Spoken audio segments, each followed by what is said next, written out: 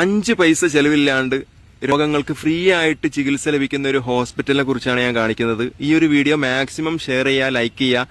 ഈ ഒരു വിവരം എല്ലാവരിലും എത്തിക്കാട്ടോ. നമ്മുടെ നാട്ടിലുള്ള ചാനലുകാരൊന്നും ഈ ഒരു ഹോസ്പിറ്റലിനെ കുറിച്ച് പറയൂല. കാരണം എന്താണെന്ന് എല്ലാവർക്കും അറിയാലോ.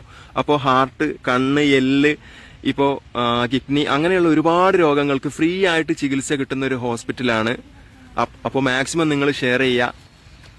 ഇവിടെ വന്നു കഴിഞ്ഞാൽ പിന്നെ 5 പൈസ ചെലവില്ല. അത് ഓപ്പറേഷൻ ആണെന്നുണ്ടെങ്കിൽ എന്തൊക്കെ ചെക്കപ്പ് കാര്യങ്ങളാണെന്നുണ്ടെങ്കിലും 5 പൈസ ഈ ഒരു ഹോസ്പിറ്റലിൽ നമ്മുടെ കയ്യിൽ നിന്ന് വാങ്ങിക്കുന്നില്ല കേട്ടോ.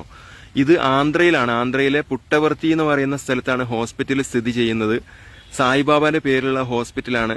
ഈ ഒരു ഹോസ്പിറ്റൽ ബാംഗ്ലൂരും ഉണ്ട്. അപ്പോൾ ആരും മാറി ബാംഗ്ലൂർ പോകരുത്. കാരണം എന്താണെന്ന് വെച്ച് കഴിഞ്ഞാൽ അവിടെ സിറ്റിയാണ്.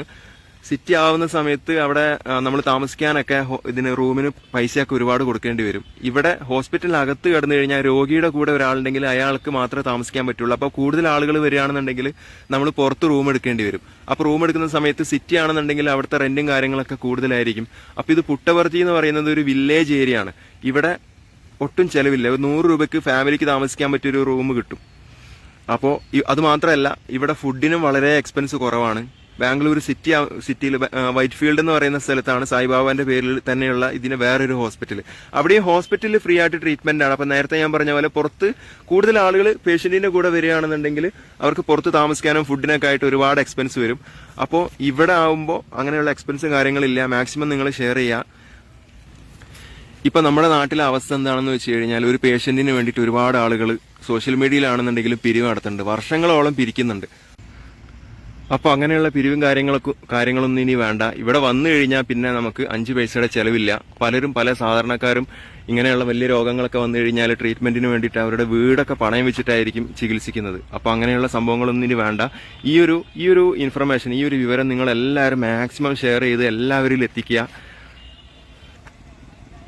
ഇവിടെ വന്നു കഴിഞ്ഞാൽ നമ്മൾ ഹോസ്പിറ്റലിൽ കാണിക്കേണ്ടത് പേഷ്യന്റിന്റെ ആധാർ കാർഡും പിന്നെ നമ്മുടെ നാട്ടിൽ ഏതെങ്കിലും ഹോസ്പിറ്റലിൽ നിങ്ങൾ കാണിച്ചിട്ടുണ്ടെങ്കിൽ അവിടെയുള്ള പേപ്പറും കാര്യങ്ങളും. കാരണം ഇവിടുത്തെ ഹോസ്പിറ്റലിൽ ഡോക്ടറിന് നിങ്ങളുടെ രോഗം നിങ്ങളോട് ചോദിക്കാതെ തന്നെ ജസ്റ്റ് എന്താണെന്ന് അറിയാൻ വേണ്ടി മാത്രമാണ്. അപ്പോൾ അറിഞ്ഞു കഴിഞ്ഞാൽ പിന്നെ ബാക്കിയുള്ള ബ്ലഡ് ടെസ്റ്റ് മുതൽ എല്ലാ രോഗങ്ങളും എല്ലാ ചെക്കപ്പ് കാര്യങ്ങളും ഇവിടെ ചെയ്യും.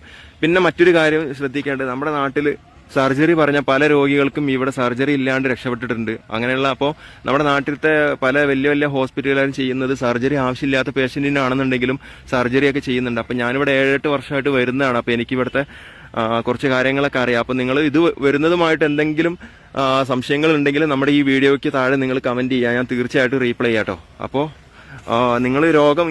നിങ്ങൾ ഇങ്ങനെ ചിന്തിക്കരുത്, എനിക്ക് കുടുംബത്തിന് രോഗമില്ല അതുകൊണ്ട് തന്നെ ഞാനിതൊന്നും ചെയ്യേണ്ട കാര്യമില്ല എന്ന് ആരും ചിന്തിക്കരുത്. ഈ വീഡിയോ മാക്സിമം നിങ്ങൾ ഷെയർ ചെയ്യുക. ചിലപ്പോൾ ഒരുപാട് ഒരാളുടെ എന്താ പറയുക, ഒരു രോഗം ഒരാളെ നമ്മൾ രക്ഷിച്ചു കഴിഞ്ഞാൽ അത്രയും നല്ലത്. അപ്പോൾ മാക്സിമം നിങ്ങൾ ഷെയർ ചെയ്യാം കേട്ടോ.